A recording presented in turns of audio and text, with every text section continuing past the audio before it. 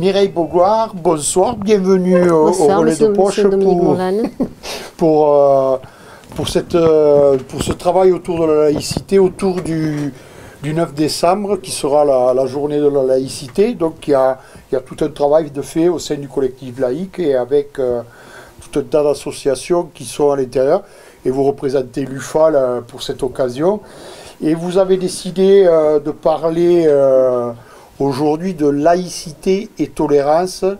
Et je suis très curieux de vous entendre sur ce point-là, Mireille Boulard. Alors, l'Union des familles laïques, c'est l'UFAL. Pardon, j'aurais dû le détailler. Voilà. L'Union des familles laïques, très important. Donc, je suis effectivement sur la laïcité. Alors, la laïcité, elle a une histoire. Et cette histoire, elle remonte à la Révolution française, bien entendu. Et il se trouve qu'au moment de la Révolution française, il y a eu un moment magique où, la nuit du 4 août, il y a eu un éclair d'universalisme qui a donné naissance à la Déclaration universelle des droits de l'homme par la suite et à la laïcité. Et donc cet universalisme, c'est la caractéristique particulière de cette laïcité à la française. Alors, on part du principe que la laïcité, c'est le droit de croire ou de ne pas croire. Donc, on inclut à la fois ceux qui sont croyants et ceux qui ne le sont pas. Dans l'intime conviction, c'est une liberté de chacun. Mais en même temps, il y a une liberté relative derrière, puisqu'on est obligé de vivre dans l'espace civil, au milieu de tout le monde, et au milieu de tout le monde, on respecte le droit de chacun. C'est la liberté relative. Voilà. Alors la particularité de cette liberté à la française, cette laïcité à la française, c'est qu'elle est universaliste. Par contre, la tolérance ne l'est pas. Elle n'a pas cette caractéristique universaliste. Elle est davantage communautariste. La différence qu'il y a entre le modèle laïque français et le modèle anglo-saxon, il est là. C'est que le modèle anglo-saxon part, on ne connaît que les croyants. Les croyants se tolèrent entre eux. Par contre, les non-croyants, ils n'existent pas. Ils existent certainement. Mais à partir du moment où ils ne sont pas intégrés dans une communauté, ils ne sont pas visibles. Comment ça se symbolise ça? Vous parlez de l'Angleterre, on pourrait parler de l'Allemagne également. Pareil. Mais comment ça se symbolise concrètement? Comment concrètement cela apparaît en Angleterre? En Angleterre, ça apparaît au milieu ce sont les communautés entre elles qui fonctionnent. C'est elles qui se mettent en avant. C'est elles qui se mettent en avant, en oui. En Allemagne, par exemple. En Allemagne, c'est pareil. Non, vous déclarez également sur les impôts à pouvoir donner à une religion en particulier. Oui. Donc ça, c'est aussi montrer une appartenance religieuse. Oui, tout à fait. C'est bien ancré. Alors que nous, en France, c'est totalement, ça n'apparaît pas. Voilà. Mais c'est surtout, je trouve, le caractère universaliste qui est important. Parce que ce qui est bon pour nous, en 1789, ils ont considéré, les conventionnels, ils ont considéré que c'était bon pour tout le monde. Et aujourd'hui, notre laïcité à la française, elle est restée sur cet esprit de l'universalisme. Et il faut le garder.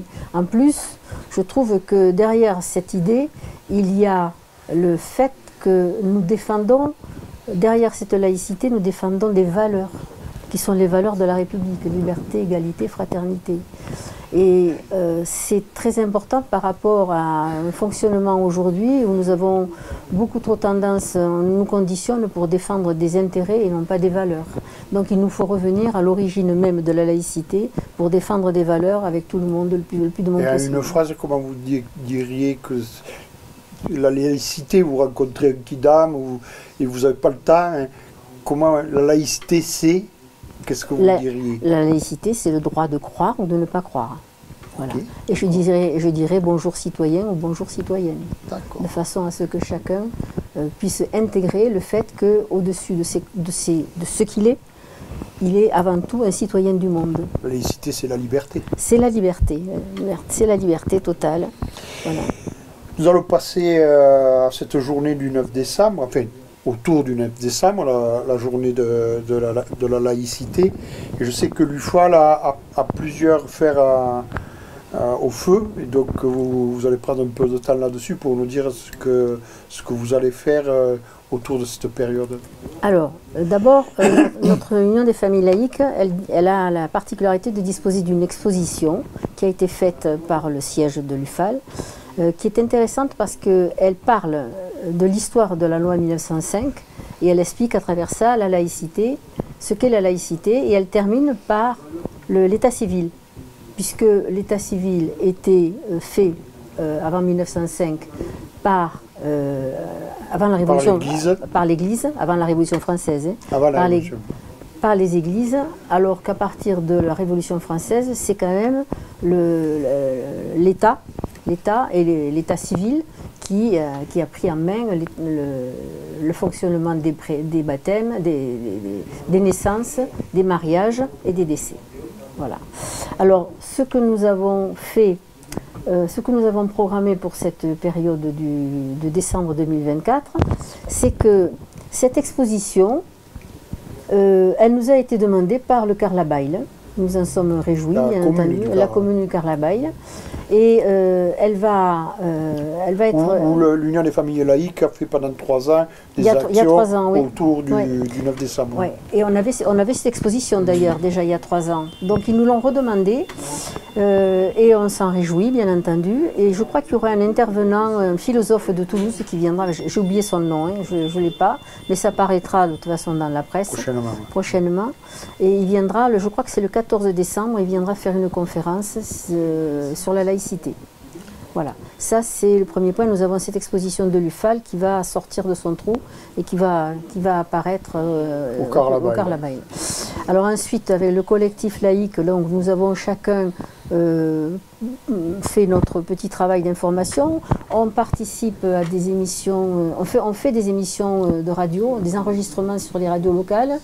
J'ai fait Oxygène ce matin. Il va y avoir Transparence également. Ça, c'est le deuxième point. Et le troisième point... D'ici là aussi, a fait des enregistrements radio. Chacun dans notre coin, les associations ont fait quelque chose qui se complète en définitive. On voit bien que... On a décidé vous avez décidé de faire un réseautage de cette manière. Ah oui, et ça fonctionne très bien d'ailleurs. Et les enregistrements à Zinat procèdent de ça. Voilà, et en définitive, on se rend compte à quel point c'est merveilleux de travailler ensemble d'ailleurs, sur ce terrain-là. Ça nous a fait du bien à chacun, je crois. Et puis, moi, je suis en train de faire aussi, je fais des micro-trottoirs devant les établissements scolaires pour aborder avec les élèves, collégiens et lycéens, le problème enfin, qui n'est pas un problème, c'est la liberté de conscience. Donc la liberté de conscience, certains élèves, je me rends compte qu'ils ne savent pas très bien, les collégiens surtout, ils n'ont pas conscience de ce que ça peut représenter, mais je ne leur en veux pas du tout parce que j'imagine qu'au même âge qu'eux, je n'aurais pas répondu moi non plus à cette question. Pas simple. C'est pas simple, c'est pas si simple que ça. Dans l'espace de connaissance qu'il y a aujourd'hui. Par contre, je me rends compte en abordant ce sujet, à quel point leur parler de liberté de conscience, de laïcité, le droit de croire, de ne pas croire, je vois que ça percute. Ils sont en demande, j'ai l'impression qu'ils sont vraiment en demande de dialogue et de discussion sur ces sujets-là. Et plus je les rencontre, y compris les lycéens qui savent, eux, par contre, un petit peu plus parler de la liberté de conscience, on se rend compte qu'ils sont vraiment en demande. Alors, d'un autre côté, ils reviennent souvent sur les vêtements religieux, l'interdiction des vêtements religieux à l'école et des signes ostentatoires et du prosélytisme. Et là, c'est quelque chose qui revient sans arrêt, ça. Parce qu'ils ont l'impression que c'est une liberté, la liberté de porter un vêtement religieux dans un établissement scolaire, ils ont l'impression que c'est quelque chose qui est une entrave à la liberté. De ne pas le porter ou de le porter? De ne pas le porter. D'accord, voilà, pour être bien précis. Voilà, de ne pas le porter. Que ça soit interdit, ils trouvent que c'est une entrave à la liberté. Absolument. Donc il m'a fallu, et c'était les filles en particulier qui me parlaient de ça, et donc il a fallu expliquer qu'en définitive, quand on est mineur, quand on est dans un établissement scolaire en formation, la formation est axée sur le savoir et la culture pour une émancipation qui est obligatoire. Chaque individu a le droit et le devoir de faire des efforts pour s'émanciper et être en capacité de fabriquer lui-même sa propre conscience. Et donc,